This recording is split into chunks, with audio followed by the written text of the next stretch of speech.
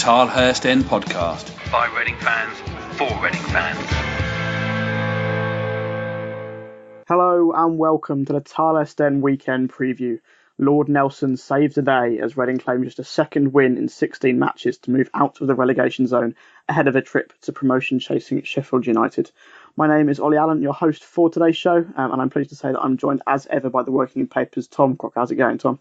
Yeah, all good from that last gasp drama, I think, on Wednesday night. It wasn't quite looking that way at half-time, but I think everyone's still pretty happy after that one now. Yeah, feeling very, very relieved after Nelson Oliveira's 86. It wasn't quite that dramatic, but 86-minute winner against Blackburn Rovers. I mean, just a huge result, really. I mean, we might not have played the greatest football or put in the best performance, but I think really in the position that we're in at the moment, I think it's really the results that matter. I mean, I don't know how much pressure would have been on this Sheffield United game anyway, but I think getting those 3 points against Blackburn makes me worry a little bit less about what happens at Bramall Lane. I mean, it's not quite a free hit at the weekend, Tom, but obviously we are now in a much better position and out of the relegation zone.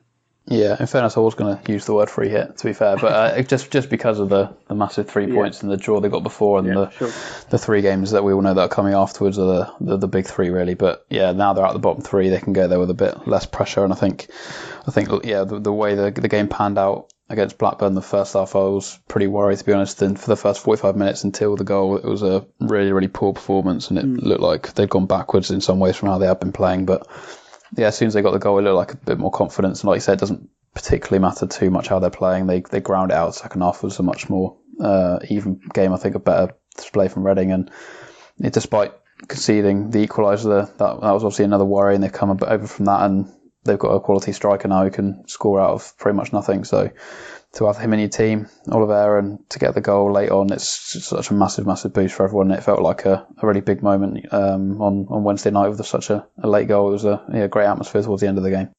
I mean, I said at the top of the show that Oliveira sort of saved the day. I mean, he really did, to be honest, because I think obviously Yaki Mate missed a couple of decent chances, and Blackburn also let Reading off the hook a little bit. Certainly in that first half, I think not by not being clinical enough themselves. I mean, especially I think everyone, as you mentioned, was astonished really that we had the lead at half time, because Blackburn should have been at least 1-0 in front, probably even 2 or 3 themselves. But I think it's probably safe to say that we can't rely on that happening again against Sheffield United, who are one of the most clinical sides in the division.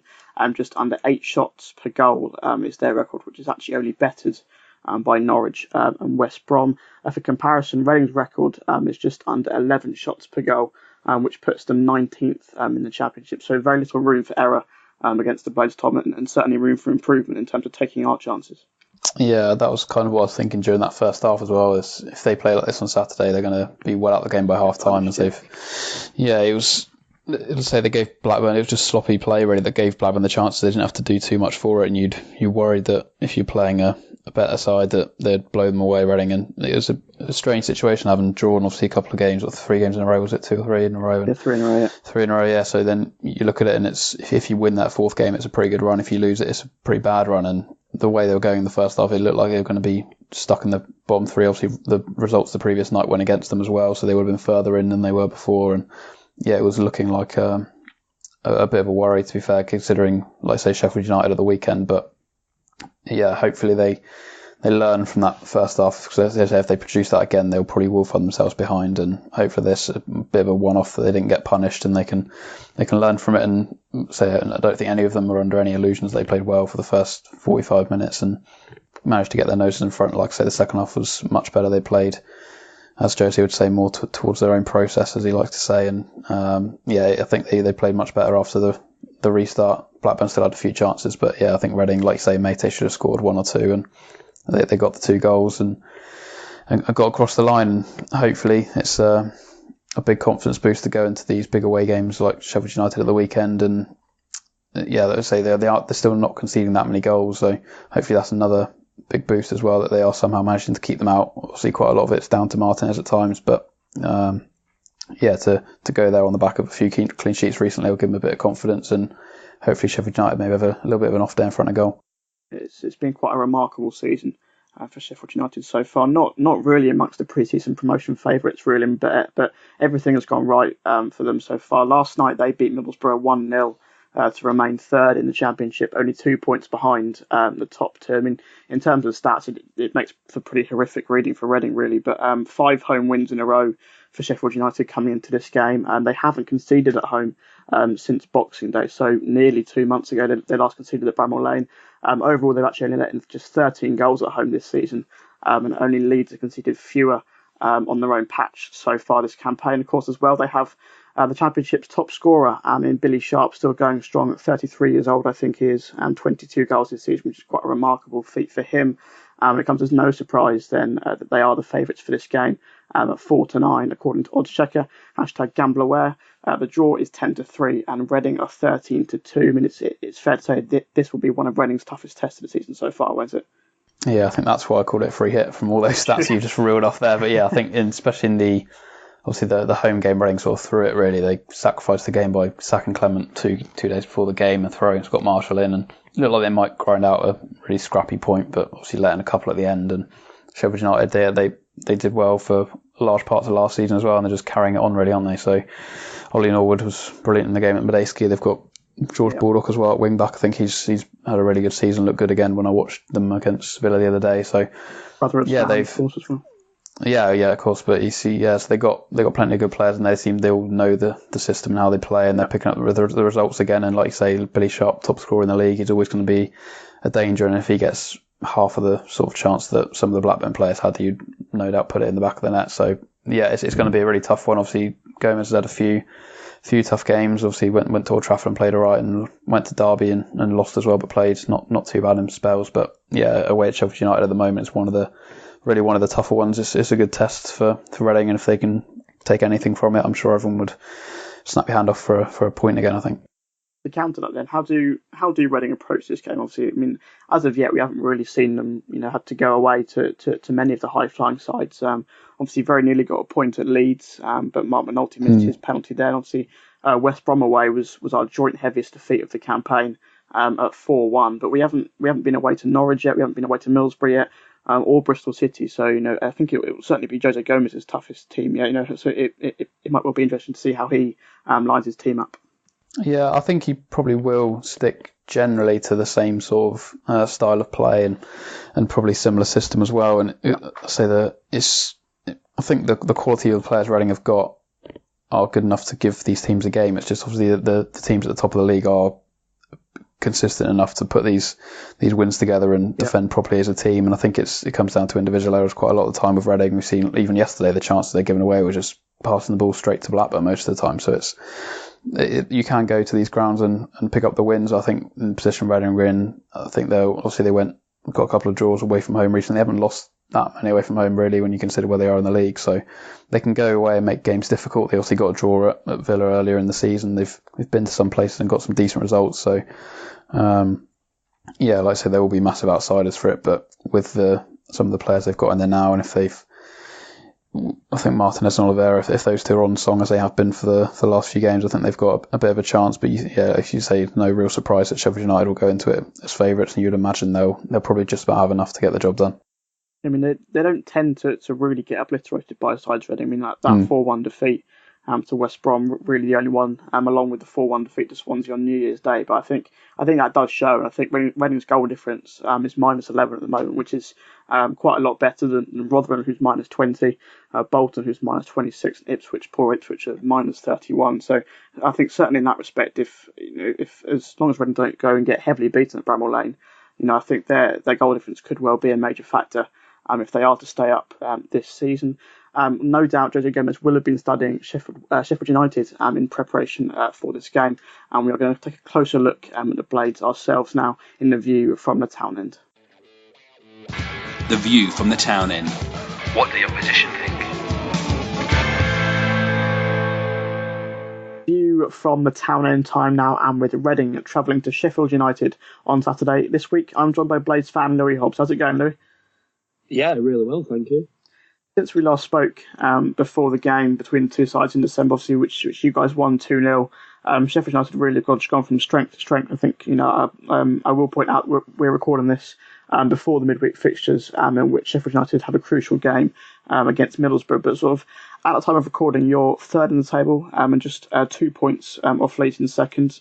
what's been going so well recently? Well, I think, as with any club, whether you're in a top 6 battle, a top 2 battle, or even a relegation fight, the Christmas period is probably the hardest but most rewarding period. Yeah. And I think over that time, there's only Hull City that have accumulated more points than us. And just going off the Christmas period, if you can get back-to-back wins, it just shows how we've gone from, we had a bit of a shaky start, build up some form, and then it just shows, having a strong Christmas period, we don't look like falling out of the top 6 now. And yeah, there's still a third of the season to go, but you could probably put money on evens that we're going to get the top 6 now. And that's solely down to a fantastic run of form in the Christmas period. Yeah, I mean, I was going to ask now sort of how, obviously being third in the table, at the time of recording, just 2 points off Leeds, I think, do you see yourselves catching potential Leeds and Norwich? Obviously, had you not let that 3-goal lead against Aston Villa slip last week, you would be in the top 2 right now, I suppose. Yeah, it's in like the most unbiased way possible. I'll try and put this, but with how, I don't know if you watch much of us on the TV whenever we're on, but the football we've been playing this year is absolutely incredible. Yeah. And especially for the on paper side as we are, like on paper, through their careers, you wouldn't class us as a top 2 team. Mm. You look at players even like Billy Sharp, as good as and as consistent as he has been in the Championship for the past 10 years, you would never stick him up top in a Premier League team, a lower half Premier League team, and that's what we're looking like. The thing that's really frustrating about being a Blades fan, as if you watch the game against Villa, yep, for 80 minutes against Villa, we was unplayable. And Villa, you could have probably said that Villa were lucky to be 3-0 down with how well we were playing. Yep. We had opportunities in the game to make it 5, 6, 7 if we really put full speed on. And I think that's happened way too much this season for us. There's only been 2 or 3 games this year where I've gone to the lane or I've watched the Blades on the road and thought we didn't deserve at least a point there. And it is the consistency we have, but also we do seem to have that consistency right at those crucial points to drop off. And I said to a lot of people before the Villa game, with how much stake we had on it, and we knew if we won at Villa Park, we'd have gone top of the table only temporarily, but it would have still put the pressure on Norwich and Leeds to then they have to go and win. Yep. And a game similar to that was Swansea away only a couple of weeks ago. Norwich dropped points on the Friday, and if we were to win, we would have topped Norwich. And obviously we went and we played shockingly against Swansea and we dropped points there. And it just seems to be in those crucial points of the season where we can actually attack the teams above us. We just seem to be losing a peg, and maybe that is due to having a lack of experience in the team. You look, it's only really Olly Norwood in our team who's got even a few Premier League minutes, and he hasn't got many. Yeah. I think in our entire team, the person with the most Premier League minutes is Chris Basham, and that's from a season nearly 8 years ago now for when Blackpool were in the Premier League, and how long ago does that feel? So maybe it's just bringing that consistency. And I mean, Olly Norwood must be massive in the changing room for this team, because we are still, and like you said, this time last season with pretty much the same group of players. Obviously, we've got Norwood, McGoldrick, but the core group is still the same. Yep. So that must just show how this season we'd have already tailed off, and I think we dropped down to about 7th or 8th this time last year after being in that top 4 for such a long period of time. Obviously, it is very hard to tell at the moment. But obviously, do you feel that if promotion isn't achieved this season, there is a long-term plan in place for you to be up there again next season? Because obviously, history shows us that it really can go one of two ways. Obviously, Reading themselves fell right to the other end of the table after losing the playoff final in 2017. But plenty of teams bounced back for missing out on promotion, sort of one season by going up the next one. But do you get a sense that that would be possible with Sheffield United next season? Obviously, the club's on a massive upward curve at the moment. Obviously, having won League One in 2017 and finishing 10th in the Championship last season. Yeah, I mean, it's always in the back of your mind as if we don't, because this seems such a perfect time for us. We're playing such good football, and it seems like we need, if this is our opportunity, we need to take it this year, because I can't see us. I don't really know how we can build on this year because of how well we're playing. And obviously with us having one of the lower budgets in the league, are we going to be able to buy the players to then build on it?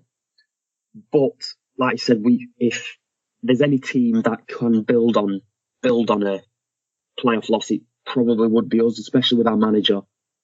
Chris Wilder just seems to be getting better and better every game, every season. He's upping our performances, he's getting the best out of players. The only worrying thing is Billy Sharp next year will be 34 years old. If we don't get up, and we don't, even if we were to get up and we came rocketing straight back down, the parachute payments we would get from that would sustain us as a championship club at least for years to come. That parachute payments argument was one of the key thoughts in my head 2 years ago when Reading were up there. That money is just so valuable, I think, and I think we were in a similar situation with you with Billy Sharp. Obviously, Jan Kermigan was 34 2 years ago as well, and was banging in the goals, and that was very much seen as his last chance to get into the Premier League. So quite a few similarities there. Obviously, from your point of view, you'll hope it won't be quite the same as Reading going on to lose in the playoff final on penalties. But moving on to the weekend then, what did you make of Reading back in December? Have you seen much of us since then? Yeah, I mean, it's Reading seems to just be one of the most, probably the most inconsistent team. Yep. Because it seems you'll either 1 week you'll put out a fantastic performance, maybe not even and get the win, but there's that disparity against your likes of Bolton and Ipswich, who all season have never really had glimpses of excellence, and they've never really looked like they're going to stay in the division. But then you have Reading at times do have the fight, and do have the endeavour to push up in the league, and I don't see Reading getting relegated as well. With, I personally think Reading had one of the most stronger transfer windows. Obviously, I'm hoping Nelson Oliveira is okay, but the likes of, is it Miazga from Chelsea? Fantastic signing. Nelson Oliveira, Ajaria, midfielder. Comparing it to like your Ipswich, Bolton, Rotherham, who haven't added at all hardly to their squads, Reading should have the capability to now push on and drift out of up the table, should I say? But I'm not sure whether with your manager. I don't particularly know how you think of him and whether he's bringing the right style of football to your club.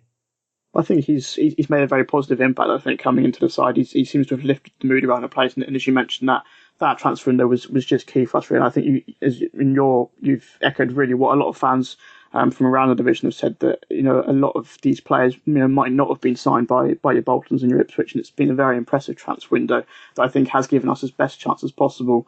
Of getting out of danger, I suppose. But as for yourselves, who should Reading fans look out for at the weekend? Who might be the key players? I mean, you mentioned both Sharp and Norwood so far. Yeah, well, I've probably got to put out Scott Hogan there. I don't know what to expect for him. I mean, on paper, it's a fantastic signing, and he's got the writings of a Chris Wilder player through and through. Yeah. Coming through your non-leagues, your smaller divisions in Ireland, and working his way up, and now he's an out-and-out championship striker, and we're yet to see him in a Blade shirt. But I think Reading will, unless we risk him on Wednesday with Middlesbrough, but I think we're more likely to go with a Sharp Gary Medine partnership against Middlesbrough. So I think going on to Reading, it's very, very likely that Scott Hogan might even get his first start in a Blades kit. And that should hopefully be a dangerous one to be looking out for. I mean, I think Hogan's, fairly similar to Oliveira in the sense that he's got championship pedigree, I suppose, but not quite got that with his parent club with Aston Villa so far this season. And in the same sense, Oliveira's not got any game time with Norwich so far this season. So, I mean, yes, certainly with Brentford, he was a very, very good championship striker. So I think that for me was also a very, very good addition I picked out from the division in the last few days of the window. But finally then, Louis, how do you see the game panning out? Can I get a score prediction for the weekend? For obviously, this is being recorded before the midweek fixtures. Obviously, from a Blades perspective, it's a must-win game, and with it being at home as well, it should be a dominant win for us. I'm going to go the same result as last time, a 2-0 victory. That's actually what I was going to say as well. Actually, I think an away game against a team fighting for promotion is really Reading's worst nightmare at the moment. So yeah, I was going to go with 2-0 to Sheffield United, but obviously we'll have to wait and see what the result for you guys is against Borough, and obviously we're playing Blackburn on Wednesday as well. But I mean, do you get the sense that collapse against Villa will have dented the squad's confidence, or is it a bit they aren't that sort of team? Yeah, I don't think we're that sort of team at all. Like forgetting last season where it did seem to fall apart. Hopefully the Villa game wasn't a trigger at that, but this year we've only lost 2 games on the bounce once, and that was the first 2 games of the season. So there is that part of us where we do have the ability to bounce back from a loss, and if it was only a 3-3 draw, when your captain's scoring a hat trick and you end up drawing a game 3-3, it feels, I'm sure you'll feel the same, it feels like a massive loss. Yeah, for sure. So going into, we definitely need a response against Middlesbrough, and I mean, the games can't really get much bigger for us if we are going to get a response. It's going to be a packed crowd at the Lane, and we need the 3 points if we are to go and challenge for the automatic spots.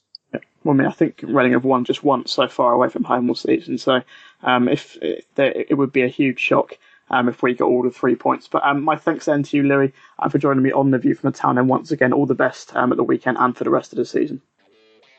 Get social with the boys. Find them on Twitter at the Tilehurst End and facebook.com/the Tilehurst End. Team news time then, here on a Tilehurst End weekend preview ahead of Sheffield United versus Reading. I mean, of course, one of the big talking points on Wednesday night, Tom, was the absence of Andy Rinomhota. What's the latest on him, as well as the other absentees? So he was due to have, I think, a scan or a test on today, Thursday, okay. So we're not entirely sure yet, but it sounds like it's quite unlikely he's going to be involved at the weekend. He had an ankle injury and he was wearing a protective boot at Medeski last night, so it'll be, I think, a surprise to see him quickly recover in time to play on Saturday. He picked it up in the game last weekend at Sheffield Wednesday. So, like you say, he missed the Blackburn game. Not too sure how long it might keep him out. If it keeps him out a while, it could be a bit of a problem. But, I think apart from that, the rest of it is as you were. Really, nothing new, I don't think, from Wednesday night, and nobody really coming back. Just think it's 4 long-term ones, and then the rest of them are all perfectly fine to play if picked, I think. I think that would be a big miss if Rinomhota's out for a couple of weeks. Although in fairness, obviously we did get the win without him last night, but how much of that is to do with his absence, I'm not too sure. But I think in general he was starting to fade a little bit. I mean that might be a bit harsh, but I think potentially a rest, despite the fact that it was enforced, but I think a rest might have done him good. But still, be good to see him back as soon as possible. With all that in mind, then, what would your starting 11 be at Bramall Lane? I think it seems to be getting a little bit easier to pick recently, which is always a good sign. So obviously the back 5 as they were: Martinez, Yadom, Miazga, Moore, Blackett. Then obviously the midfield without Rinomhota is a bit of a trickier one. I would bring Baker in. I think he's a bit more physical than Liam Kelly struggled a bit yesterday. So Baker and Ajaria and Swift sort of as a 3. I think they're going to have to do quite a bit of defending. So I think those 3 in there rather than a sort of 3-1, and then Meite and Barrow I'd bring in on the wings. I think Meite did pretty well despite missing those chances. He changed the game a little bit when he came on in the second half, looked quite lively, so bring him in, and then Oliveira, if he's perfectly fine to go, obviously keeps his place as well. So I think that's maybe 3 changes from the other night possibly. But yeah, Meite, Barrow and Baker will come in. I more or less agree. I think I'd agree. The back 5, I really see no reason to disrupt that at the moment, because it's great to have some sort of consistency in there. I think that has been one of the key reasons for us improving defensively, as well as the additions of Martinez and Miazga, of course, which we'll come on to in a minute. But ahead of them in midfield, I'd go with John Swift and Lewis Baker in the holding role, which obviously isn't the ideal scenario. But with Rinomhota out, it probably is the best you're going to get at the moment. And then ahead of them, I'd have Callum Harriott and Mo Barrow coming in on the wings. I'd actually give Yaku Mate a go in a number 10 role. Call me revolutionary, but he missed a few chances, you said, after coming on against Blackburn, but he did certainly give them more of an outlet going forward. And then Nelson Oliveira, obviously up front. On the wingers, Tom, it's obviously interesting to see that Jose Gomes went with Omar Richards and Ovie Ejaria out wide on Wednesday. Of course, neither of whom are natural wingers, but neither of whom sort of really impressed either. I mean, you've gone with Mate and Barrow this time around, and I've gone with Harriott and Barrow. But I think really none of the wingers this season are sort of having that good campaigns. I think we've spoken about goal contribution a lot and how that's been lacking. But I think probably for me, it is an area to improve upon in the summer. Yeah, possibly. I mean, I'll say in terms of numbers, there's plenty of them there, as there has been all sort of season, really. They've tried to chop and change it a little bit. I think Ajari's done fairly well there. I think on his debut, he played on the wing and looked good, so he can do a role out there, and he ended up playing defensive midfield last night, so he's quite a versatile player to have in the team. But yeah, Richards, I think he played quite a lot on the wing in youth days and things like that, but obviously for first team, we've only really known him as a left back or a wing back, and yeah, maybe that's pushing him forward there, is helping to sort of double up on the left-hand side and not giving him as much defensive responsibility possibly might be the thinking there. He's definitely better going forward than he is defensively, I think. Yeah, I think he made a couple of decent sort of recovery runs back. He's very athletic, very quick, and he can, I think I saw the video for the winning goal, he made a good overlapping run. I think it was him on the left-hand side for that. So yeah, he is a decent option, and looked a little bit better in the second half yesterday than he did for some of the other games recently. So it's not be a massive surprise. And then obviously I think in the wingers in general just haven't. None of them can complain about being dropped. Basically, McCleary has dropped out the whole squad, having started on Saturday. By all accounts, didn't have a great game. Luco has played a bit on the wing, played number 10, wasn't great again last night. Barrow hasn't really done enough. I'd always have him in the team just because I think he's the one who always looks like the most likely, the most dangerous. He's got the pace on the break, and that's why I keep picking him in the team. But I don't think his performances really merit it particularly. And I think Mate was good on the wing yesterday, so that's why I'd go with him. I would say when he came on the second half, Reading was so poor in the first half, he came on and just suddenly, I think straight away, won a corner and had a header and just looked really up for it. So I think he looks like someone who feels like he's maybe got a little bit of point to prove. Obviously, he's been knocked out of his position by Oliveira, and the only place he's going to really probably start is on the wing now. So yeah, I think that could be an option for him. But like I say, I don't think any of them really have nailed down that place, which is a real shame when you look at the quality at the start of the season we thought we had on the wings. Barrow's an interesting one, really, because obviously he had a fantastic. Well, I mean, all things considered, really, I think Barrow had quite a good season last year. I think he was one of our top scorers behind Budvarsson, but only got one goal so far this season. But I would agree with you in the fact that he's probably the most naturally talented player. He's got that pace that I think probably faster than a lot of the wingers. So he definitely looks like creating something a lot of the time, but more often than not, it unfortunately doesn't come off. But I think obviously we seem to mention it on virtually every show, and it's been talked a lot amongst the fan base. But there is a real sort of lack of inspiration and bite in that middle of the park at the moment. I think that was made even more evident by Rinomhota's absence on Wednesday. I mean, Liam Kelly, who started for the first time under Jose Gomes, had a fairly poor game. Lewis Baker was all right when he came on, but he wasn't great. I mean, I think he gave the ball away a few seconds before Reading's winning goal, so he probably had quite a lot to thank Oliveira for. And obviously, John Swift got the goal and the assist for Oliveira's goal, but I think actually on the whole he was fairly poor. Whether that's being harsh, I'm not too sure. But I think other than those two sort of moments, he wasn't great. I mean, you've gone with Baker, Swift, and Ejaria as your central midfielders for this one, Tom. Are those sort of the three sort of best of a fairly average bunch at the moment?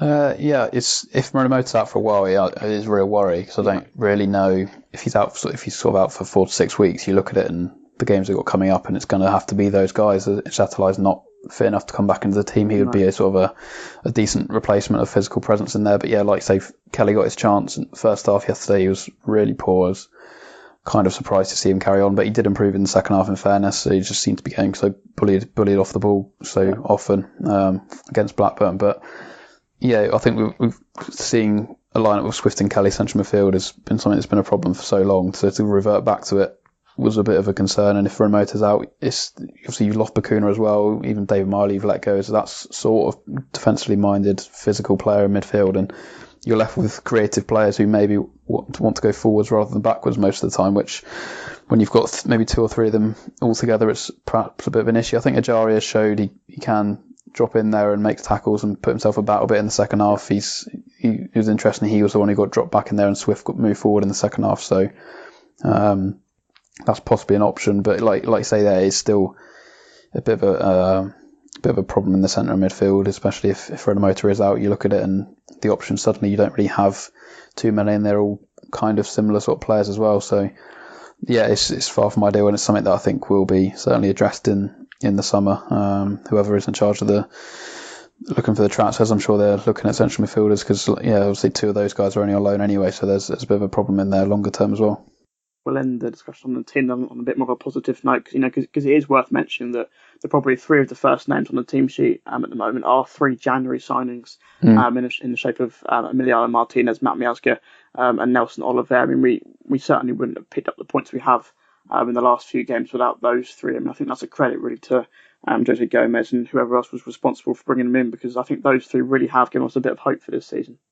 Yeah, I don't know if I said it on here, but when Martinez and Oliveira came in, when those 2 names arrived, that suddenly gave me a lot of confidence that Reading would have enough to stay up. I think they're considerably better than what Reading had already, and I think they've shown that. Obviously it's a bit of a footballing crime really that Oliveira hasn't played any football all season. He's been stuck out of the picture at Norwich, and just with obviously not playing at all. So to get him in, it was maybe a little concern how up to speed he would be, but he's come in as if he's been playing all season. He hasn't looked out of shape at all really. Obviously a couple of cramps here and there. I think he hasn't obviously completed a game yet, I don't think, but to battle back as he did to play on Wednesday night and play the sort of 89-90 minutes, it was he's like say first name on the team sheet, and always looks like scoring goal, even in that first half when there was nothing going on. He tried a lob from 40 yards which went pretty close, and he was sort of running around in his own most of the time. But yeah, at the other end, Martinez as well made some brilliant saves, and his distribution with his feet, catching from crosses, he's been pretty unflappable so far.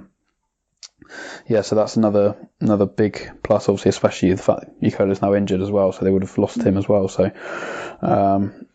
big boost there. Miazga, again, so there's when Ilori went, you're looking at a bit of a gap in the centre back, and you bring in Miazga, who hasn't really played too much in English football, and he comes in and fits in nicely as well. So when I first saw him against Villa, he reminded me a little bit of John O'Shea actually, and he's just no nonsense, wins headers, passes the ball out so composed on the ball, and wins most of his duels as well. So it's a really good balance, I think, with him and Liam Moore. Looks like a good partnership developing, and with Martins or Oliveira at either end of the pitch, it's some really good work done by the recruitment team, players who I think Reading have been linked with plenty of times before, and to bring him in now, along with obviously Baker as well, and Ajaria, they've done really well, and it seems like if they can keep all these guys fit, it should be enough to keep them up, I think, now. I think one of the main worries, or one of the worries, when you bring loan signings in, is that they don't quite feel as committed to the cause as they would if they were permanent signings. But I mean, I have to admit, I think both, you saw the passion from both Miazga and from Martinez at the final whistle last night. It was also great to hear that Gomes said that Oliveira wanted to play against Sheffield Wednesday, but was said he couldn't by the doctors. But I think all 3 of them have added undoubted quality to this side, and it's great to see that they are very much committed to trying to keep Reading up. And I think obviously Martinez, it's highly unlikely we'll get him in the summer.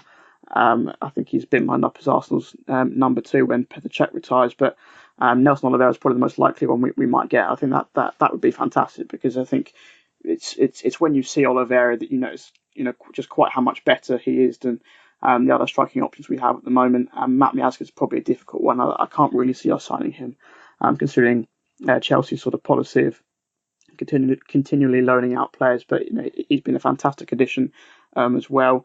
Prediction time then, Tom. I thought I was going to get a second result right in a row when it was 1-1 on Wednesday night, having predicted that. But of course, more than delighted that Reading got the win in the end. I think you went for a third 0-0 in a row, but what about this weekend?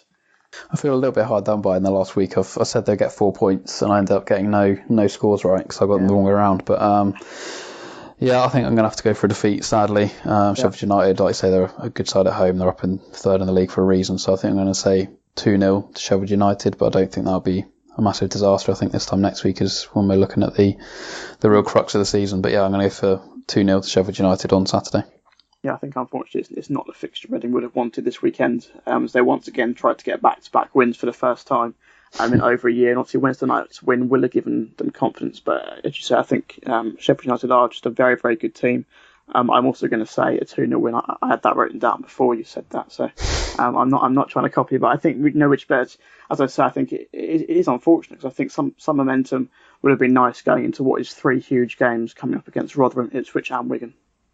Yeah, absolutely. I suppose you've got to get these tough games out of the way at some point, and that they're in a decent patch of form, so they can go there and maybe try and stay in the game and grind out a draw like they have done in previous away games. So yeah, they've got to get them done at some point. And like I say, the games in the Championship are always so tight anyway. The Sheffield United are going to be under real pressure to win that as a home game against a team at the bottom of the league. So maybe that could play into Reading's hand a little bit. But yeah, like I say, it's going to be 3 massive games in a row. I'm sure everyone's fully aware of it. And if they can go up to Sheffield United and, like you say earlier, just put on a decent performance, come back with some sort of credit, and then I think that's a full week then, isn't it, until the following 3 games. And that'll be when I think the season's basically, that's make or break for the season at that point. So yeah, if they can go up there this weekend and who knows, maybe grab a point. I think it's that same time when they got back-to-back wins is when they last went 5 unbeaten as well, that sort of time. So it's been well over a year since they've managed that sort of feat. So it'll be a pretty impressive thing to do it up at Bramall Lane. But yeah, I think it'll probably just be one step too far at the moment, given the way the team is. Yeah, that Rotherham game for me is the big one, and I think obviously it's come around incredibly quickly, but it is indeed the weekend after this one, so that's what our focus will be on the show this time next week. Before that though, Mark will be back with the main show earlier on next week to look back on a Sheffield United game, so look out for that one as well in your podcast feeds on the website. Tilehurstend.com will have full coverage of the clash at Bramall Lane, including a full report on ratings. On a similar note, Tom, what can we look forward to reading on the working paper in the next few days? So obviously the report and reaction, everything from Wednesday night is up there now, and then it's let's say an away game at Sheffield on Saturday, and then the women are back at home at Bradesky Stadium actually next Wednesday. I'll be at that one, so that'll be up on the website as well, workingonpaper.com, and I'll cover that one on Twitter at Tom J Crocker. A big win for the women in the Women's FA Cup, wasn't it, last week? Was it 13-0, I think? 13-0, yeah, against the non-league side. Yeah, they've got Birmingham this weekend, which will be a lot tougher before playing West Ham at Bradesky Stadium in the league on Wednesday night, 7:30. I think it's free or pretty cheap for season ticket holders for that one, so check that out if you can get over there. Confidence boosting, if nothing else. That 13-0 win, I'd certainly take a 13-0 win for the men's team. But I'm not sure if we've ever won 13-0. But yeah, I think that would be hugely appreciated. But make sure you go and check all of that out then on the workingonpaper.com. And also, as Tom mentioned, if you can get down to the Bradesky Stadium and to watch the women play West Ham, please do go and do so. Also for me to then say, Tom, thank you very much for joining me on the Tilehurst End Weekend Preview this week. Yeah, it's been a pleasure this time following the win. Thank you very much. We've not had many wins to talk about at all. I think, as I said at the top of the show, 2 wins in 16. So it's been pretty depressing to talk about, but a rather uplifting show for once. Hopefully that continues for many weeks to come. But I'm not holding my breath. But it's a big thank you as well to you at home for listening. Hopefully it's been a more pleasurable listen as well. But have a safe journey up to Bramall Lane if you are going up to Sheffield this weekend. And come on, you ours. The Tilehurst End Podcast. By Reading fans, for Reading fans.